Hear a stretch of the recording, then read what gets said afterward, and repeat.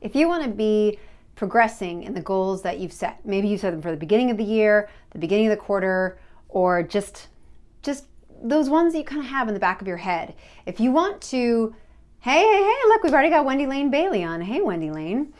So if you want to be able to actually make some progress on those goals, one of the best ways to do that is to take a minute and take stock. So this week we're saving you the trouble of letting your week crash into your weekend, and I'm going to be sharing with you a couple of things that I learned this week. So this is WLTW.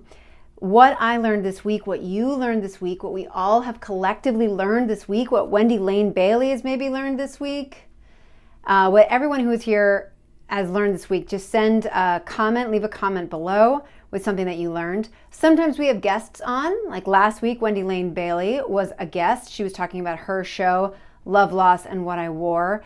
And this time around, it's just me, just flying solo today. So I've got a couple of great tips for you.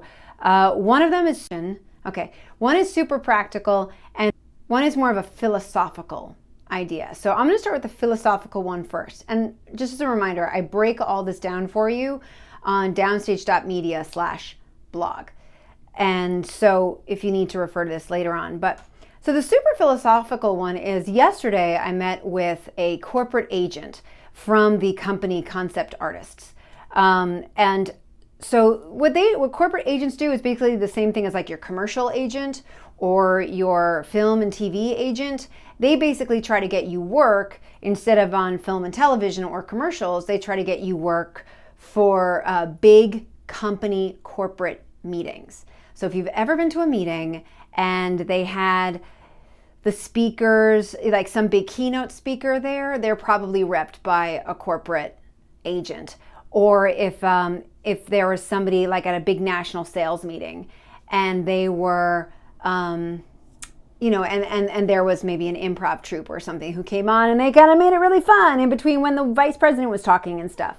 They were probably repped by a corporate agent. So I was talking to a corporate agent yesterday from Concept Artists, and she said that before they're going to sign someone, a keynote speaker or an actor or an artist of some sort, they vet and look at their social media, which I just think is so interesting, because this is what I hear time and time again from agents, from casting directors, all over the place, all over the spectrum, that if your social media is not in place, you are probably going to lose a job to somebody whose social media is in place. And in this case, it's somebody who can rep you, who can make you so much more money than you would normally be able to make. I mean, corporate industrials are the bread and butter for many, many actors, speakers, artists, and can be for you too, as long as you've got all of everything in place that you need. One of those things in place is to get your social media. So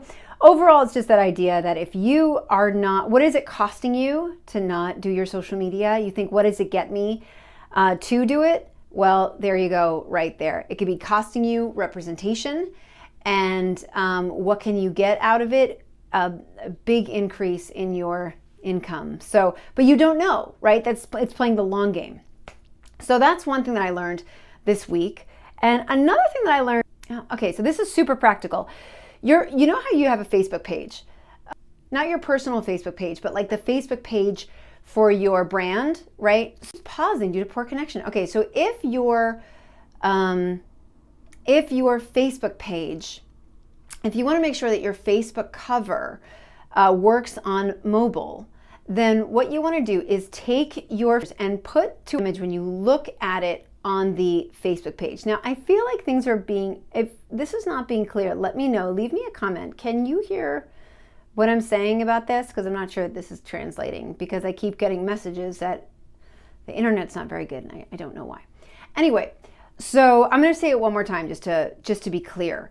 So if you want to make sure that your Facebook page, like your cover image, make sure that it looks good on mobile. Look at it on your computer, cover it up with 2 to 3 fingers. Whatever is left is what's going to be on your audience's phone. So that's what you want to make sure. It keeps pausing, but I'm getting the gist of it all. Okay, yes. So I'm sorry that it keeps pausing. Okay, so Yeah, so that's the gist of it. Of course, this is also all laid out very clearly, not so choppily, on downstage.media/blog. It's already up there right now for WLTW.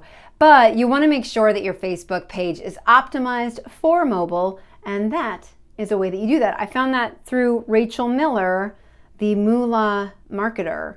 And I have a link to her and her stuff. She's got some really great insights on Facebook pages, specifically Facebook strategies. I've been studying her work the past week and have learned a lot from her.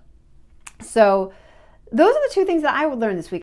What is it that you learned this week? Leave me a comment below. Make your own post on Instagram or Twitter, hashtag WLTW, what I learned this week.